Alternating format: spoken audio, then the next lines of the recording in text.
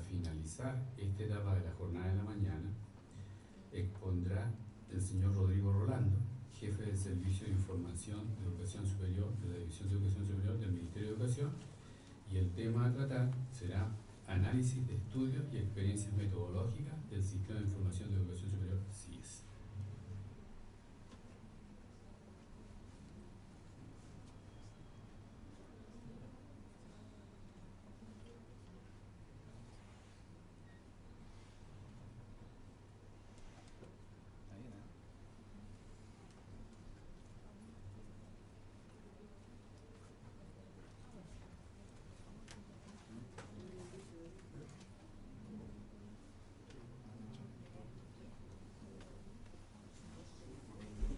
De la ley, porque era prácticamente a partir del artículo 49 empezaba a hablarse sobre el Servicio de Información de Educación Superior, y los primeros 48 artículos tenían que ver con la CNA, con la formación de la CNA, la lógica de licenciamiento, etc.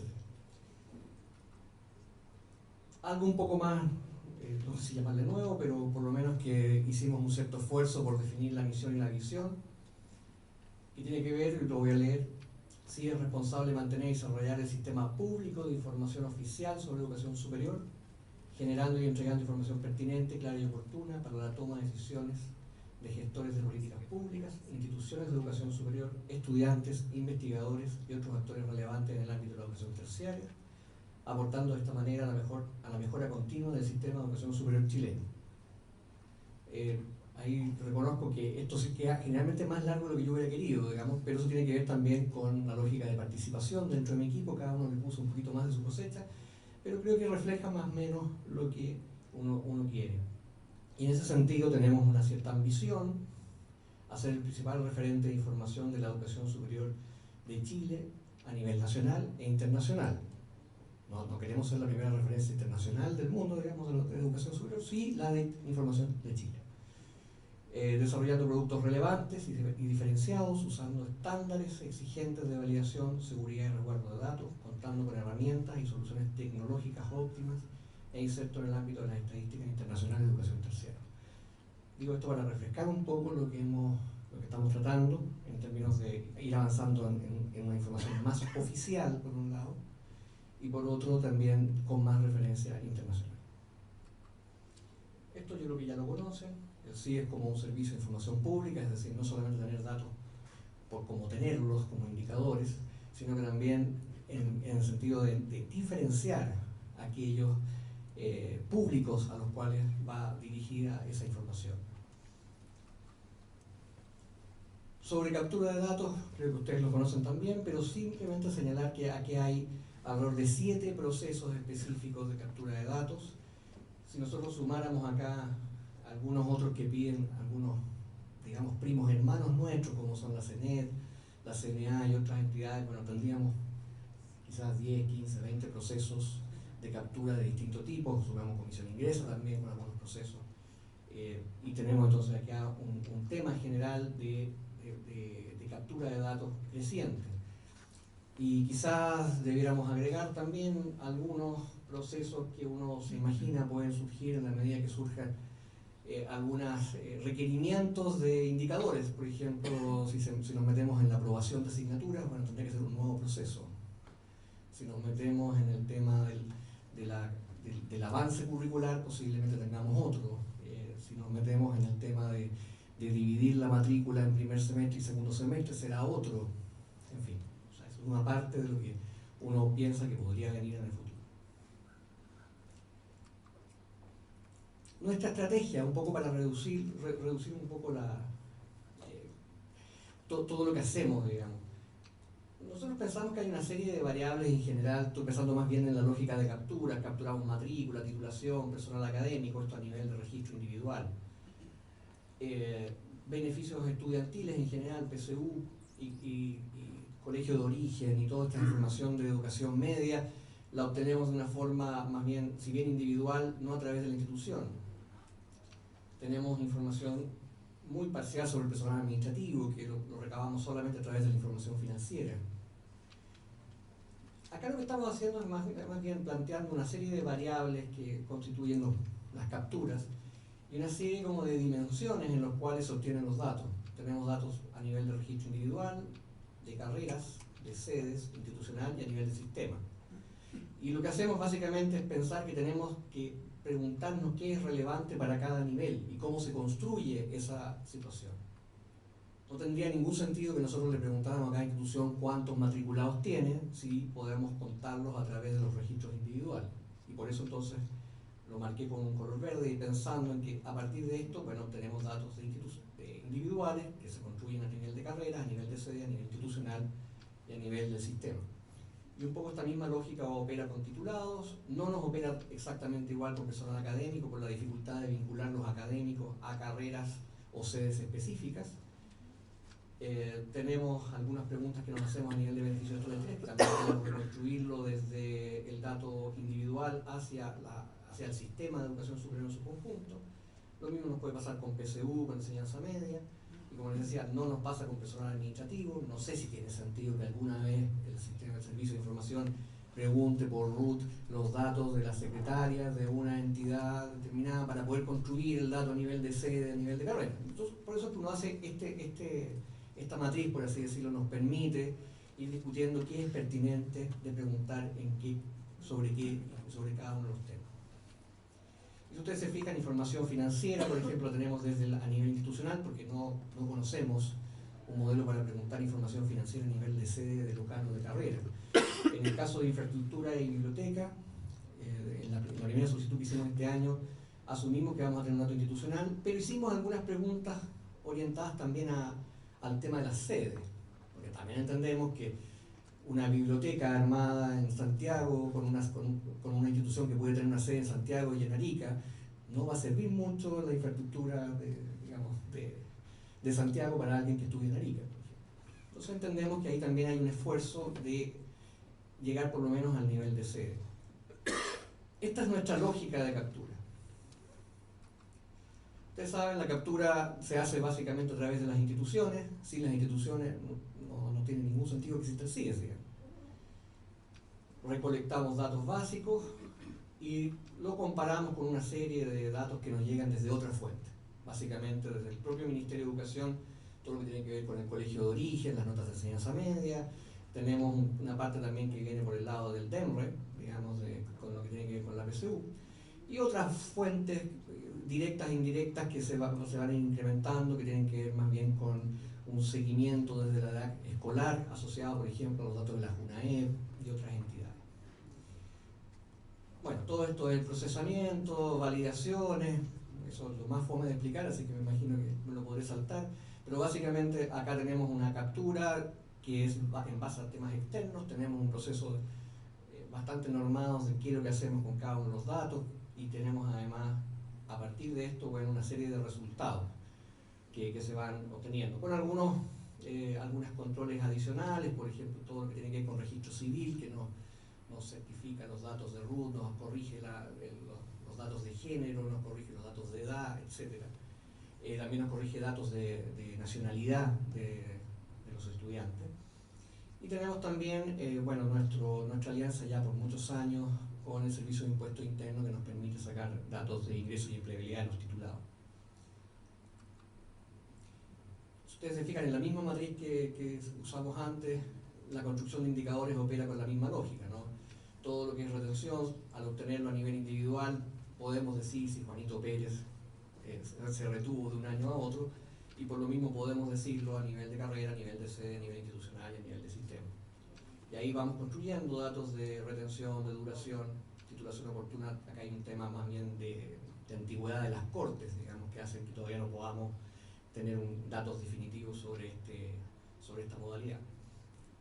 Datos de empleo y ingreso, con la situación, un caso más bien puntual, de que Impuestos Internos no nos entrega datos a nivel individual, sino que nos permite un acceso a un computador en Impuestos Internos, y nosotros podemos llevarnos datos agregados con un mínimo de registro, con lo cual nosotros hacemos también una extracción, hablamos de carreras genéricas y no de carrera y cada una de sus antecedentes, sus variables asociadas, digamos. Entonces convertimos la carrera de psicología de la Universidad Santo Tomás, que está en jornada diurna y vespertina en todo Chile, en una sola carrera de psicología de Santo Tomás. Y eso con el afán de buscar números mínimos necesarios para hacer proyecciones de ingresos y empleabilidad. porque tenemos prohibiciones, digamos, de llevarnos datos menores a 10 casos para efectos de seguridad de datos según los criterios del Servicio de Impuestos Internos. Pero se construye, bueno, datos a nivel de carreras y que se pueden también plantear a nivel institucional y a nivel de educación superior, pero con algunas limitaciones asociadas a los números mínimos de casos. Así construimos también movilidad regional, cuántos estudiantes que ingresaron o que su colegio de origen estaba en una región, se cambiaron a otra región para el sistema de educación superior, y ahí hay unos estudios asociados a fichas regionales y datos de ese tipo. Tenemos también información sobre la transición de la educación secundaria a terciaria, digamos, y el porcentaje de estudiantes que entra de colegios subvencionados municipal y particular pagado al sistema de educación superior, y qué tanto entran en el primer año o entran en el segundo año. Y bueno, todo lo que tiene que ver con construcciones de una serie de datos que se utilizan para muchas cosas. Básicamente nosotros tratamos de plantearnos en términos de todos los temas de financiamiento, sustentabilidad, oferta institucional, basándonos en datos de información financiera, de productividad, perdón, de infraestructura y recursos, de acreditación institucional. Tenemos todos los datos que tienen que ver con el estudiante, ¿no? Que tienen que ver con el acceso, el tipo de estudiante, la retención, las transiciones, los avances curriculares, el seguimiento, e incluso el porcentaje de estudiantes internacionales que tienen dentro de la matrícula. Hacemos algo parecido con los titulados, planteándonos más bien la lógica de datos asociados a la duración real de los programas, a la titulación oportuna cuando llegue la oportunidad de ese dato, y todo lo que tiene que ver con la empleabilidad e ingreso de los titulados. Y tenemos todo el grupo de indicadores asociados a los académicos, la conformación del cuerpo académico, básicamente destacando los indicadores que son más típicos en este grupo, que tienen que ver con la conformación del cuerpo académico en términos de grados de doctorado, de las jornadas completas equivalentes, bueno, todas las construcciones que nos sirven para distintos tipos de indicadores.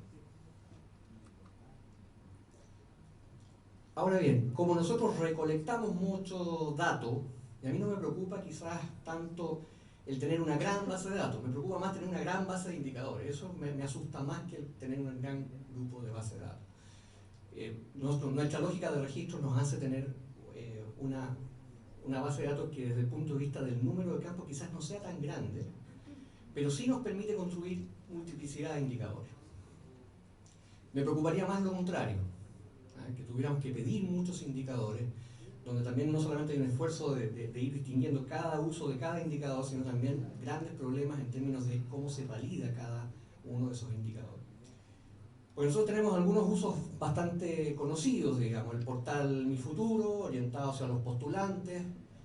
Al postulante de educación superior tratamos de ayudarlos, entonces no les entregamos todos los datos cuanto sea posible construir, sino que entregamos datos muy específicos sobre algunos temas, digamos. Por ejemplo, en los datos de carrera e institución estamos hablando de básicamente indicador de ingresos al cuarto año, empleabilidad al primero, retención al primer año, duración real del programa, arancel de la carrera. No es más que eso. Desde el punto de vista de la carrera genérica, ahí hay una explicación mucho más amplia y algunos gráficos asociados a los ingresos de los primeros 5 años post titulación, empleabilidad primer y segundo año, pero datos un poquito más completos. Y si hablamos de instituciones, básicamente dividir información institucional, básica de acreditación, otra de lo que tiene que ver con la información financiera, las principales cuentas, pensando que más bien no va a ser el estudiante que va a hacer un análisis financiero de la institución, pero que habrán distintos públicos que querrán distintos antecedentes sobre la institución. Solamente para dar un ejemplo, en el caso de la información institucional, el diario El Mercurio, por ejemplo, tomó el día martes o miércoles, tomó la información financiera y tomó todas las variables asociadas a básicamente las cuentas principales y algunas cosas que salen de la FECU, digamos, que es este formato estandarizado que tenemos nosotros, relativos a la lógica de ingreso y gasto. Y aprovecho de hacer la mención de que María Paulina Zunino fue principalmente la principal asesora y responsable en buena parte de la FECU que se hizo en el CIES, así que aprovecho indirectamente de agradecerle, aunque el interlocutor ya no está acá. Tenemos otra línea que tiene que ver con lo que nosotros llamamos internamente el subportal CIES. A mí me gustaría que fuera al revés, que hubiera un gran portal CIES con un subportal Mi Futuro. Pero En estas situaciones un poco pasa lo contrario, ¿no? Nosotros creamos el portal Mi Futuro y ahí de a poco hemos ido creando el subportal CIES, que básicamente tiene que ver con la posibilidad de generar un espacio para tener bases de datos a nivel por lo menos de carreras o programas. Y tenemos bases de matrícula, bases de titulados, bases de personal académico, pronto tendremos una base de deserción y una base de duración de los programas, y tenemos también estudios, informes que se han realizado en este último tiempo. Pero además de eso, nosotros tenemos, muchos de nuestros datos son usados para distintas cosas, en distintos momentos. El aporte fiscal directo se utiliza, buena parte del personal, o sea, la información digamos, relativa al personal académico se utiliza para el aporte fiscal directo, no así la matrícula, por un tema de reglamentación, digamos, del aporte fiscal directo. Tenemos también insumos que entregamos para la creación de los datos del AFI. Tenemos también aportes en lo que es algunos indicadores específicos, como asociados al Fondo Basal por Desempeño. Nuestros datos también se utilizan para el arancel de referencia, para la asignación del arancel de referencia. Generamos también insumos y datos internos para algunas propuestas de políticas públicas, las que por lo menos asociamos al tema de gratuidad y financiamiento.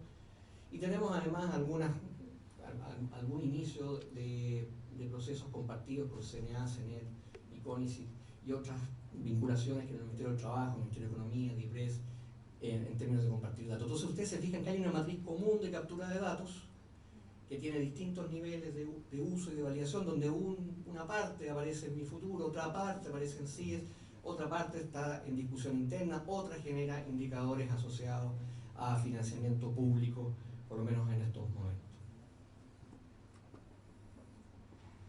Ahora, nosotros si vamos un poco a esta lógica, yo voy a decir que en general hay muchos más datos CIES dando vuelta de lo que yo quisiera.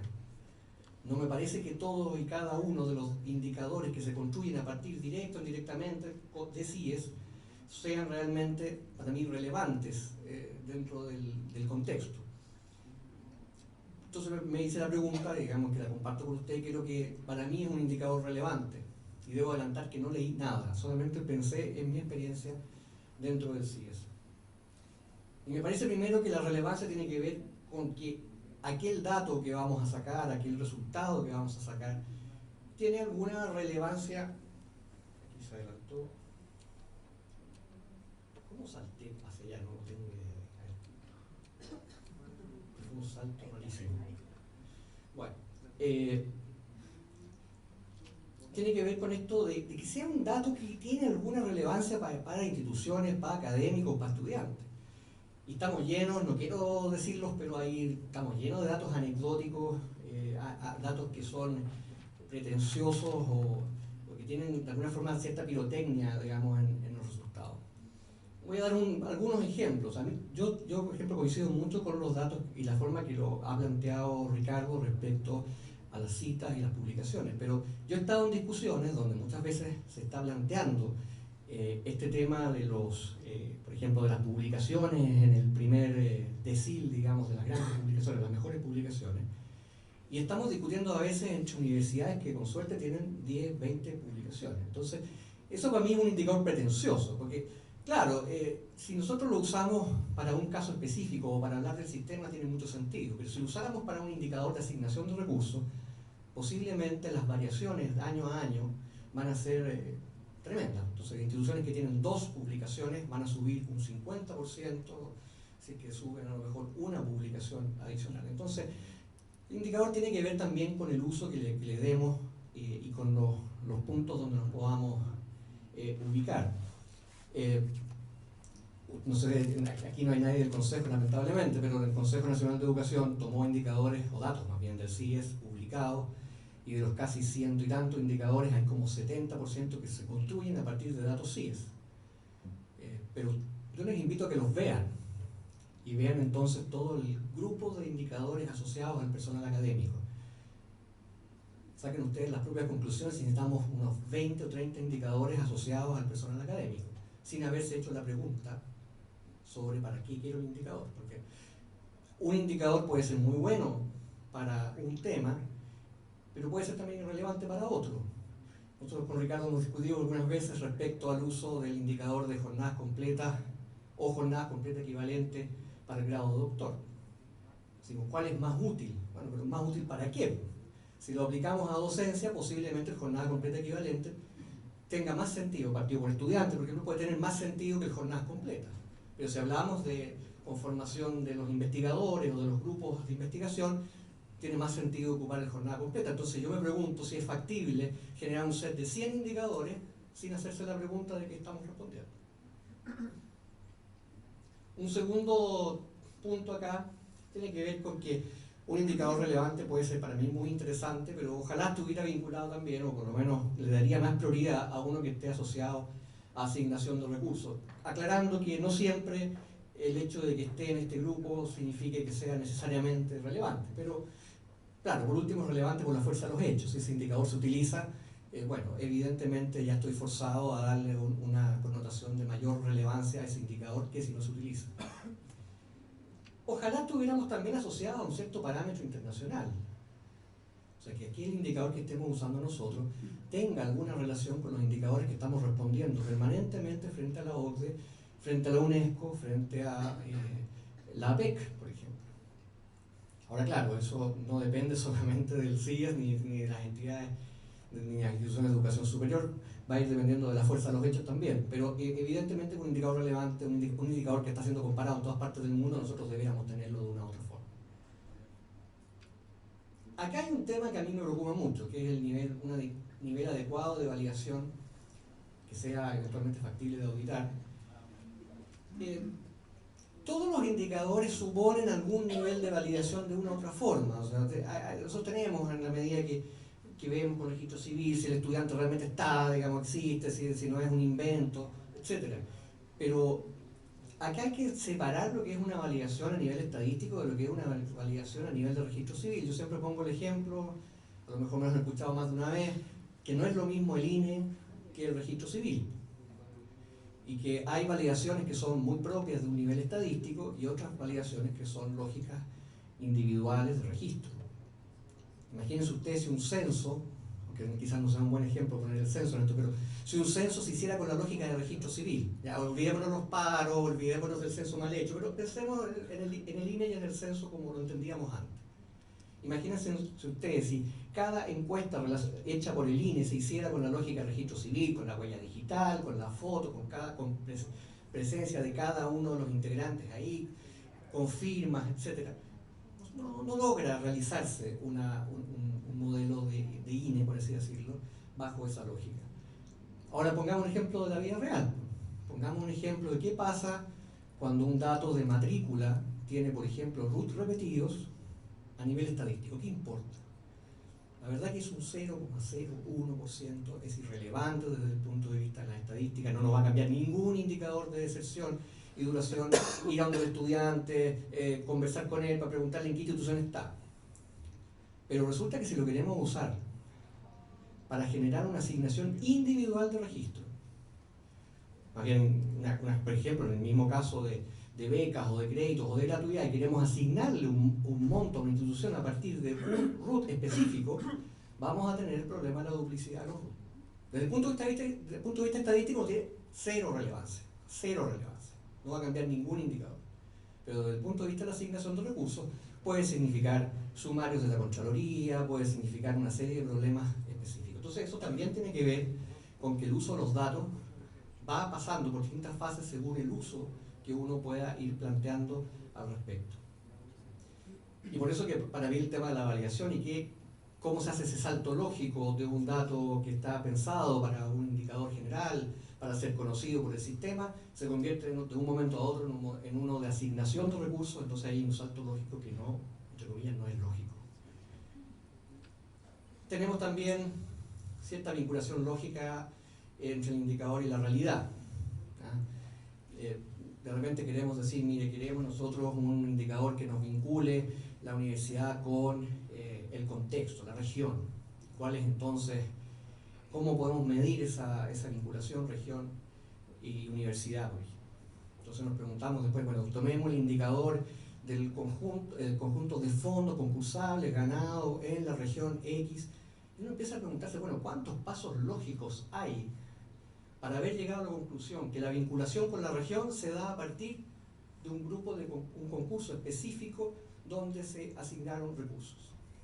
Y uno se preguntaría si estamos realmente reflejando lo que queremos reflejar. Y ahí hay entonces una pregunta nuevamente relacionada con el indicador. Ya en el mundo más ideal, ojalá que pudiéramos llegar a una lógica de un indicador que pudiera hacer todas estas lógicas de comparabilidad, de que estemos hablando de lo mismo y por tanto si vamos a compararnos, estemos comparándonos en base a indicadores que tengan algún sentido, pero no solamente desde el punto de vista del resultado, sino que tengan los mismos estándares de validación o los mismos estándares en cada institución para poder ser fijado como un dato real. Y el último, que lo ponemos compartiendo plenamente en la presentación anterior, digamos, esto tiene que ser un número de indicadores relativamente manejable y abordable. Pero no solo porque nos podemos marear con el set de indicadores, sino porque hay muchos indicadores que se correlacionan entre sí. Y estamos leyendo exactamente lo mismo. Entonces, en los grandes números, si tuviéramos que elegir 5 o 10 indicadores, quizás no tenga mucho sentido elegir número de publicaciones, número de citas, número de publicaciones relevantes y poner esos 3 indicadores dentro de los 10, digamos, porque vamos a repetir, vamos a utilizar finalmente 3 indicadores que nos están midiendo cosas relativamente similares. Entonces en eso hay que tener harto ojo, digamos, a la hora de elegir los indicadores. Después uno puede desagregar los indicadores, puede hablar de un indicador de publicación y entrar en más niveles de profundidad sobre ese indicador de publicación. Nosotros hacemos lo mismo con retención, nosotros hablamos de la retención de primer año, pero internamente tenemos algunos cálculos que separan la retención de profesionales y de técnicos, la retención de los últimos 3 años versus la de solamente el año anterior, etc. Uno puede abrir el indicador más abajo, por así decirlo. Pero en esa primera mirada, que los indicadores no se topen, no midamos lo mismo. Aquí tenemos algunos ejemplos, pero yo quiero pasar rápido por acá. Básicamente tiene que ver con la forma operacional en que se define. Y contar un poco que aquí, ya, vamos a decidir un set, 5, 10, 12 indicadores que vamos a usar. Y vamos a preguntarnos, nos preguntamos sobre la definición. Bueno, tenemos definiciones, cada uno puede ser más creativo o menos creativo en general la definición. Pero hay otro paso que hay que hacer, que tiene que ver cómo le pregunto yo esa definición a la base de datos que tenemos. Porque ahí nos vamos a encontrar con pequeñas situaciones específicas que nos van a complicar. Y pongo algunos ejemplos con retención. Nosotros, por ejemplo, usamos el dato vinculado a la institución y no a la carrera. Es decir, para efectos de nosotros tomamos el año de ingreso del estudiante, por ejemplo, una corte 2014, y vemos cuántos de esos estudiantes siguen en la institución en 2015, pero no como alumnos nuevos. Lo tomamos como estudiantes 2014, y eso se ve en 2015. Entonces tenemos 2 cosas fijas: el año de ingreso primer año y tenemos también la institución. ¿Por qué la institución y no la carrera? Porque no conocemos todo el conjunto de traspasos que pueden existir dentro de una institución. Un paso lógico entre sociología y psicología, entre plan común y la ingeniería civil, etcétera, que nos pudieran generar complicaciones desde el punto de vista de los grandes números. Tenemos, bueno, nosotros ahí decidimos que vinculamos la misma institución, el nivel global y el año de ingreso. Vamos a hacer, para efectos de datos globales, en general hacemos algunos filtros, ponemos los programas regulares y no los especiales, no porque no se puedan medir, sino porque los programas especiales, por su propia naturaleza, son especiales, son raros, son extraños. Estudiantes que están en programas especiales de 4 semestres se titulan en 2, bueno, todas esas figuras preferimos omitirlas al momento de hacer comparaciones globales entre instituciones. Y tenemos algunas correcciones específicas. Yo quiero ejemplificarlo en esto, un poco mostrar cómo ese paso no es tan rápido ni tan evidente. ¿Qué pasa si en una corte estudiantes del 2014 al año siguiente aparecen en el 2015, pero aparecen como estudiantes de la corte 2012? Claramente es un error de datos, digamos. Hay alguna inconsistencia en el modelo. Entonces esos casos, por ejemplo, se anulan en el caso de nosotros. En fin, hay una serie de ejemplos que yo puedo ir poniendo acá. Nos pasa lo mismo con la duración real. Tenemos, por ejemplo, en los casos de la duración real de los estudiantes, ¿qué pasa si un estudiante el año 73 dejó de estudiar, volvió el 2015, terminó su titulación? no podríamos contarle, digamos, del 73 al 2015 nos va a subir todos los indicadores de duración real en un programa. Entonces, básicamente tiene que ver con los números mínimos de casos a considerar, pero tiene que ver también con algunos topes, ¿no? En nuestro caso, nosotros inventamos ya hace 4 años el concepto de no tomar más allá de 3 veces la duración formal de la carrera, suponer que esos son más bien excepciones, y hacer una serie de correcciones que van asociadas a los datos extremos. En el caso de ingreso y empleabilidad, por supuesto, eliminamos, ya tenemos toda una lógica de outlier, digamos, donde eliminamos los casos demasiado extremos dentro de una misma carrera. Yo siempre pongo el caso de teatro, que es una carrera que tiene ingreso y empleabilidad relativamente bajos, pero claro, de repente puede aparecer un actor que esté de moda, que esté ganando 10 millones y nos sube el promedio del teatro a niveles de ser altos y que en realidad no reflejan la realidad, sino que el caso es excepcional. Entonces, en ese caso tenemos también algunos parámetros. Otro ejemplo, otro tipo de ejemplo, es que el personal académico tenemos los datos de registro y construimos a partir de jornadas, números, jornadas completas equivalentes, doctores, a veces usamos posgrado, tiene mucho sentido usar doctores en universidades que están en el primer grupo, pero a lo mejor no tiene tanto sentido si queremos hablar de universidades que están en el segundo grupo, por decirlo de forma elegante, digamos. Quizás ahí también el dato de doctores más magísteres tenga algún sentido. Pero nuevamente lo que está acá no es cuál es el indicador, sino que es más bien cuál es la pregunta que queremos responder, y por eso entonces el dato por registro nos permite esa flexibilidad. Por tanto, yo en ese sentido me parece muy bien que tengan una extensa base de datos, pero insisto, la parte importante aquí es que eso no construya una extensa cantidad de indicadores tampoco, tiene que ver más bien con tener los datos de registro básicos que permitan construir con flexibilidad todo lo que se pueda generar y que sea de relevancia. Algunos ejemplos de resultados publicados el lunes pasado. Aquí yo cometí una cierta aberración metodológica, pero la asumo y la declaro, digamos. Básicamente saqué promedios de promedio. Y la única razón por la cual saqué promedio porque no tuve tiempo para hacerlo ponderado. Pero yo no creo que sea correcto, efectivamente, y jamás lo van a haber publicado así en el informe, sacar promedios de instituciones, pero más que nada para mostrar que los datos. Voy a partir con la conclusión, aunque es bien absurdo partir así, pero yo diría que la conclusión es que los promedios nos sirven poco. Nos sirven poco porque aquí comparamos básicamente promedios de años de acreditación, estamos hablando aquí de porcentaje de estudiantes en carreras acreditadas. No me gusta mucho el promedio de cuántas carreras están acreditadas, porque al final lo que importa es dónde están matriculados los estudiantes.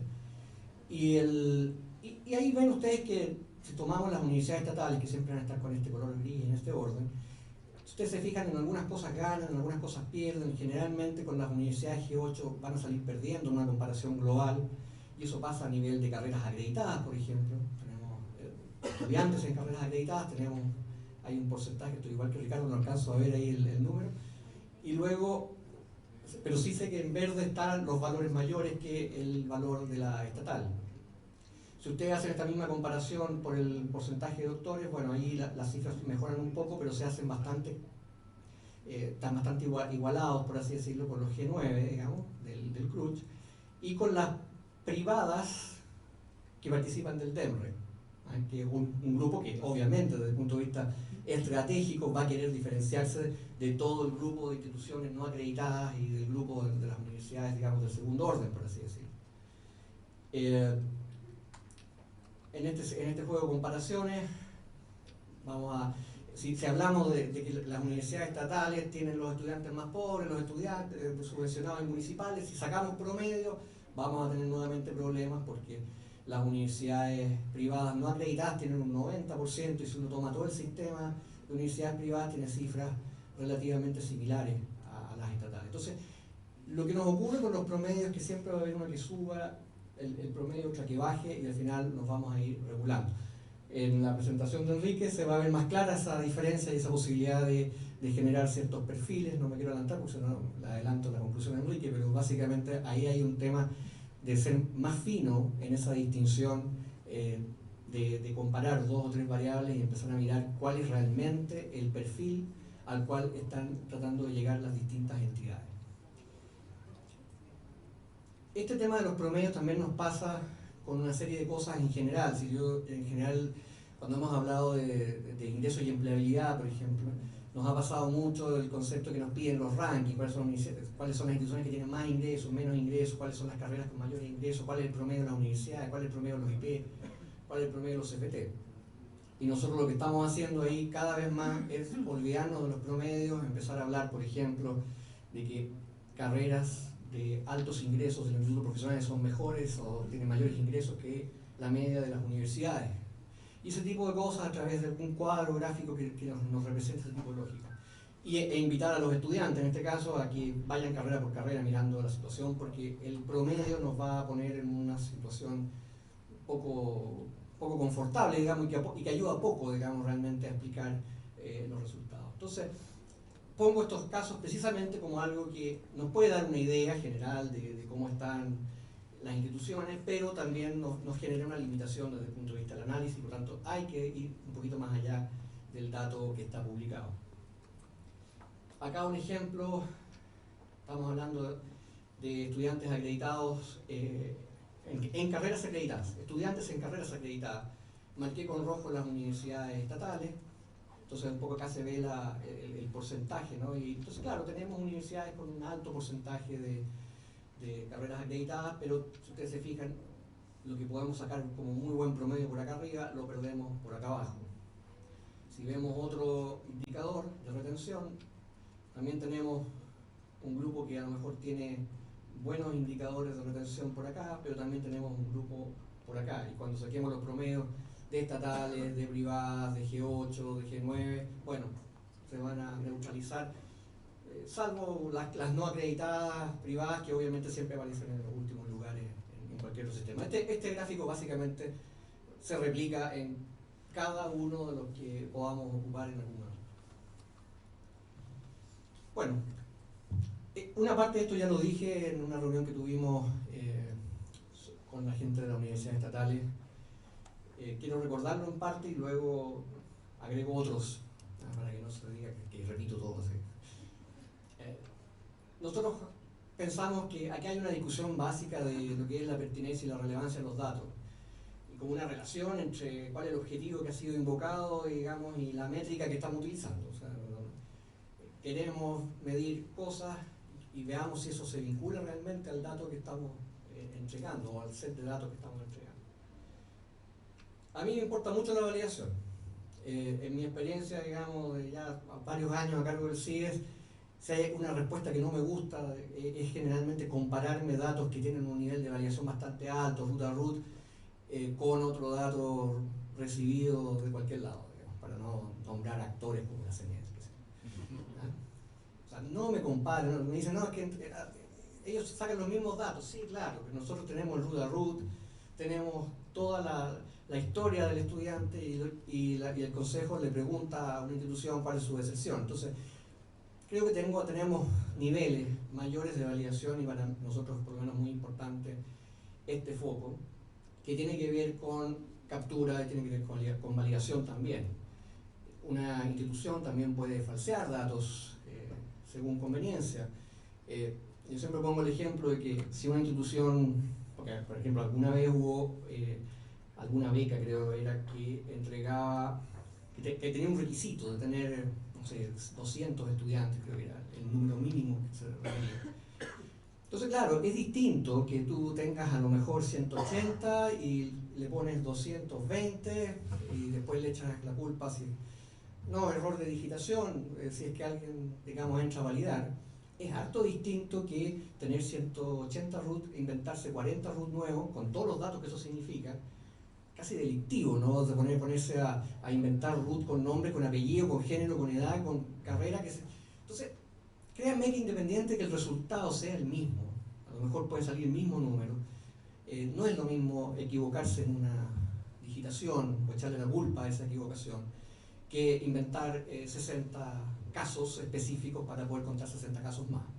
Entonces eso nos da también una cierta tranquilidad de validación, pero la validación sigue siendo un desafío, no es solamente un tema de root, es un tema de muchos otros cruces y otras lógicas que se va a armar. Como ya les dije, el uso y la difusión de datos es importante, yo creo que hay confusiones. En el sistema en general, yo hablo de inmadurez del sistema en general. confusión de roles de los datos. Una cosa es usar un dato como fuente, otro como insumo, otro como información, otro como seguimiento, otro como control, otro como regulación. Podría estar horas contándoles ejemplos de esta lógica, digamos. Pero básicamente hay datos que son para iniciar conversación, pues, de los metros cuadrados de laboratorio. Si uno va a un determinado lugar y dice, bueno, ¿cuántos metros cuadrados tiene? 100 metros cuadrados. ¿Y qué es eso? ¿Es bueno o malo? No depende, pues depende de la carrera, depende del foco. 100 metros cuadrados mejor que 50 metros cuadrados de infraestructura en algún ámbito, no lo sabemos. Va a depender de muchos otros factores. Entonces ese no es un dato final. No te dice mucho el 100 metros cuadrados. 100 metros cuadrados para sociología, nos hacemos una pichanga ahí entre los sociólogos, esto funciona perfecto, pero para un laboratorio puede ser muy poco. Entonces, finalmente esto tiene que ver con el dato capturado y cuál es la pregunta abierta y cuál es el resultado de lo que se quiere hacer con ese dato. Por lo mismo también no es fácil conciliar lógicas, por ejemplo, de CNA, que necesita datos de entrada, pero que va a la institución, contrasta, trata de, en el fondo, lo que está haciendo es una evaluación finalmente, con un dato que se recaba para ser publicado.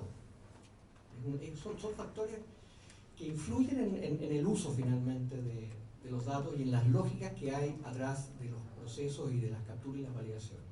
Lo que les explicaba también respecto a que un dato puede ser perfectamente válido a nivel estadístico, pero tener un margen de error que desde el punto de vista de la asignación específica de un recurso para un estudiante puede ser de una enorme complejidad. Desde el punto de vista estadístico no pasa nada si un estudiante no fue informado, pero desde el punto de vista de una asignación de becas o de crédito, el estudiante se queda con o sin beca. Pregúntale al estudiante si eso no significa nada. Entonces, en ese sentido hay que tener mucho ojo con el uso que se le puede dar y por tanto qué requisitos de validación tiene. Y por supuesto que todos quisiéramos que todos los datos pudieran ser validados en todos los ámbitos y ser auditados en todos los ámbitos. Pero entonces no tendríamos la oportunidad del resultado ni tampoco tendríamos digamos, todos los estudios posibles de lo que se están haciendo en base a esa lógica, digamos, porque es bastante imposible, digamos, que tengamos certificación de 1.200.000 estudiantes, los 190.000 titulados, los 80.000, más de 100.000 registros de académicos. Entonces, obviamente uno tiene que ser selectivo en aquellos casos que pueden entrar. Una experiencia que hemos tenido este año, nosotros pedimos a las instituciones los registros, digamos, ¿cómo se llama? El título, digamos, el grado de todos los doctores. Bueno, fueron 8.000 registros que fueron revisados por parte de mi equipo, mirando uno por uno si la persona era o no doctor. ¿Por qué? Porque tiene influencia sobre el aporte fiscal directo, porque es un dato que se utiliza para la nación de referencia, se puede estar usando el día de mañana para el fondo de fortalecimiento, etc. Obviamente no podemos hacer eso mismo con los magísteres, porque ese proceso que me significó 2 o 3 personas dedicadas durante un par de semanas a revisar documento por documento, no lo puedo hacer con el magíster que son 26.000 o 28.000, ni tampoco para distinguir entre el profesional con licenciatura y el profesional sin licenciatura que hace clases. Entonces, en ese sentido uno tiene que ser selectivo respecto a dónde puede generar este tipo de cosas, este tipo de dinámica. La otra es la sobreestimación de los datos e indicadores, que ya se ha hablado bastante. Si los datos y los indicadores reflejaran la realidad, entonces en vez de viajar